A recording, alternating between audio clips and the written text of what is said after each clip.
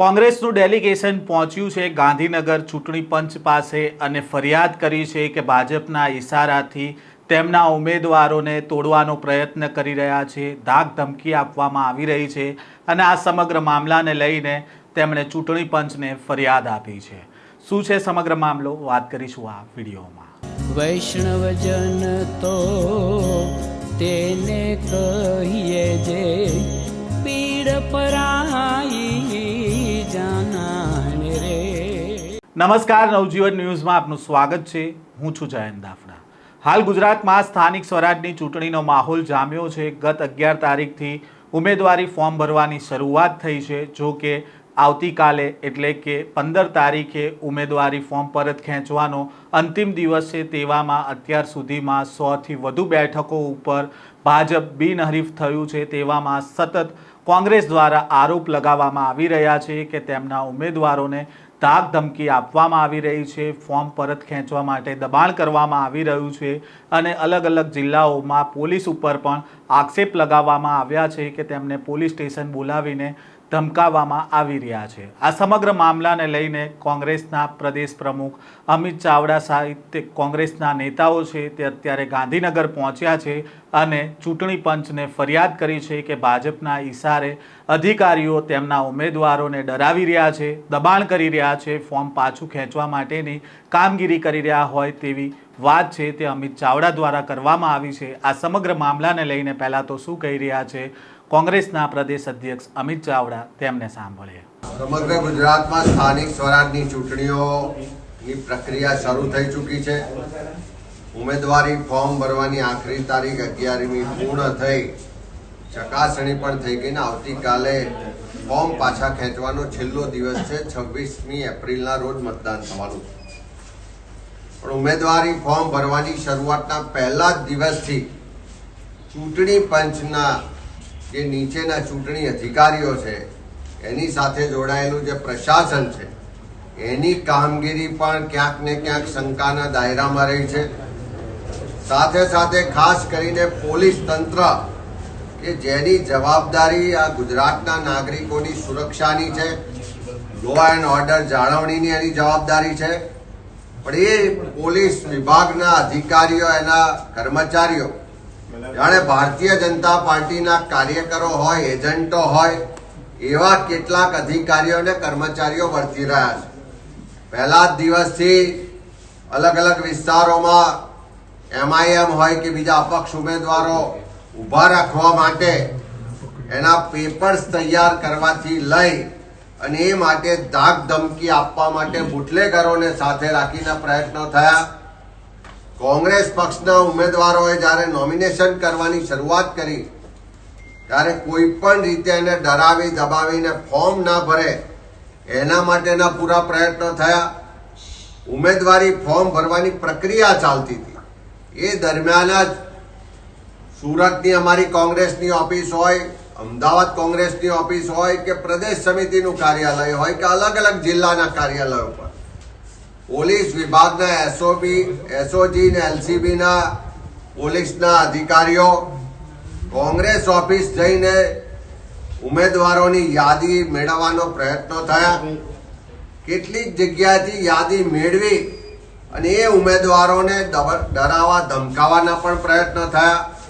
અનેક જગ્યાએ અહીંયા ગાંધીનગરમાં કલોલ વિધાનસભા વિસ્તાર હોય, સુરત શહેરના વિસ્તાર હોય, આણંદમાં વાસદ પોલીસ સ્ટેશન હોય, તારાપુર પોલીસ સ્ટેશન હોય કે અમદાવાદમાં ક્રાઇમના DCP કક્ષાના અધિકારીઓ હોય અને ગુજરાતમાં જુદા જુદા વિસ્તારમાં પોલીસના અધિકારીઓ ભાજપના એજન્ટ તરીકે કોંગ્રેસના ઉમેદવારોને ધમકાવવા માટેનો પૂરો પ્રયત્ન કરી રહ્યા છે।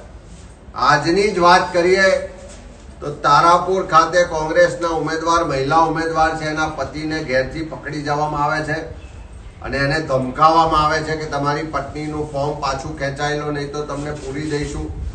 આજની જ વાત કરીએ તો વાસદ પોલીસ સ્ટેશનમાં પણ આ જ રીતની ધમકી આપવામાં આવે છે। કલોલની જે ઘટના છે એના બધા જ પુરાવા, રજૂઆતો પહેલા પણ થઈ ચૂકી છે। સુરતમાં પણ નામ જોગ ફરિયાદ આપવા છતાં પોલીસ અધિકારીઓ રોકાતા નથી। અમદાવાદમાં પણ DCP ક્રાઇમ હોય એ લેવલના અધિકારીઓ દ્વારા બુટલેગરોને સાથે રાખીને ધાક ધમકી આપવામાં આવે છે. અમે ચૂંટણી પંચને પહેલા પણ રજૂઆત લેખિતમાં મોકલી છે. અલગ અલગ જિલ્લાના એસપીઓ અને કલેક્ટરોને પણ રજૂઆતો કરી છે.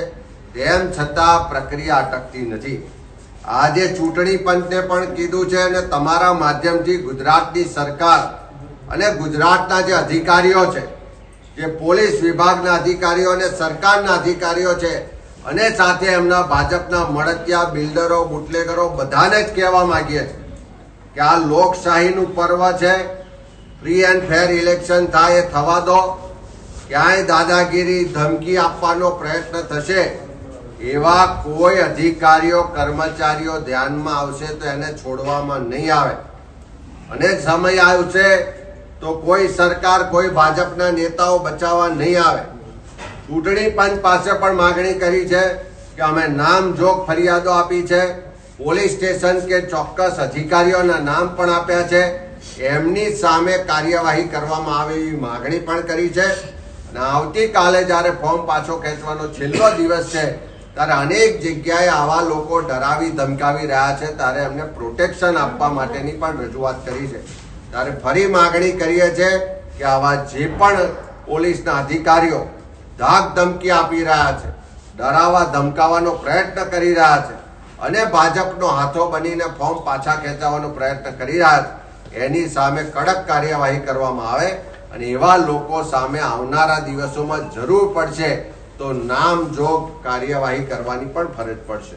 કોંગ્રેસના પ્રદેશ અધ્યક્ષ અમિત ચાવડાએ આરોપ લગાવ્યો છે કે ભાજપના ઇશારે ચૂંટણી પ્રક્રિયામાં રહેલા અધિકારીઓ દ્વારા અપક્ષ ઉમેદવારો ઊભા રાખવામાં આવી રહ્યા છે, તેમના ફોર્મ ભરવામાં આવી રહ્યા છે. સાથે જ પોલીસ ઉપર સવાલ ઉઠાવતા તેમણે કહ્યું કે પોલીસનું કામ જનતાની રક્ષા કરવાનું છે, પરંતુ અત્યારે તેઓ દલાલી કરી રહ્યા છે. તે પ્રકારનો આરોપ લગાવવામાં આવી રહ્યો છે, કારણ કે અમિત ચાવડાએ કહ્યું છે કે સતત તેમના ઉમેદવારોને ફોર્મ પરત ખેંચવા માટે પોલીસ દ્વારા દબાણ કરવામાં આવી રહ્યું છે. તારાપુરમાં જે મહિલા ઉમેદવાર હતા, તેમના પતિને ફોન કરવામાં આવ્યો હતો પોલીસ દ્વારા. તે પ્રકારનો પણ આરોપ લગાવવામાં આવ્યો છે અને ફોર્મ પરત નહીં ખેંચે તો ધરપકડ થશે, તે પ્રકારની ચીમકી પણ ઉચ્ચારવામાં આવી હોવાની ફરિયાદ છે તે અમિત ચાવડાએ કરી છે.